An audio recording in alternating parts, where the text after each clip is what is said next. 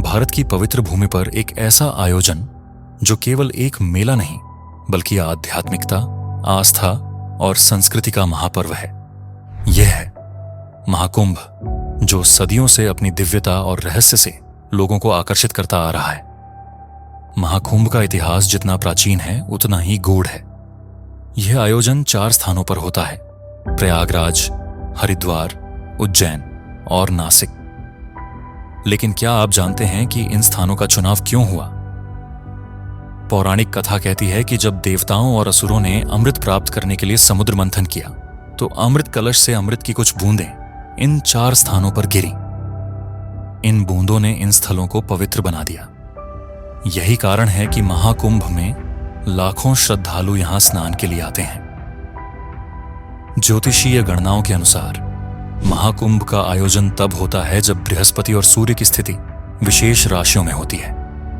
इस समय को आत्मा की शुद्धि और मोक्ष प्राप्ति के लिए सबसे शुभ माना जाता है।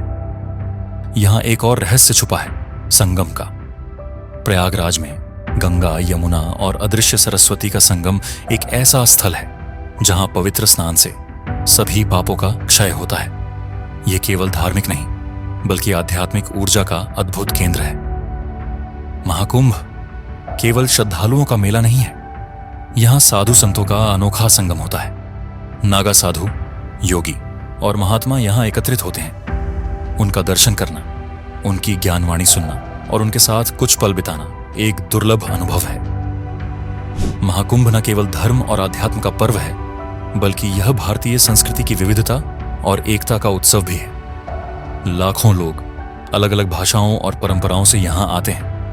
ये केवल भारत की बल्कि पूरे विश्व की आस्था का संगम है। महाकुंभ हमें सिखाता है कि आस्था, एकता और मानवता से बड़ा कुछ नहीं। ये आयोजन केवल एक परंपरा नहीं बल्कि जीवन के गूढ़ रहस्यों को समझने का माध्यम है। तो आइए इस आध्यात्मिक यात्रा का हिस्सा बने और महाकुंभ के रहस्यों को अनुभव करें।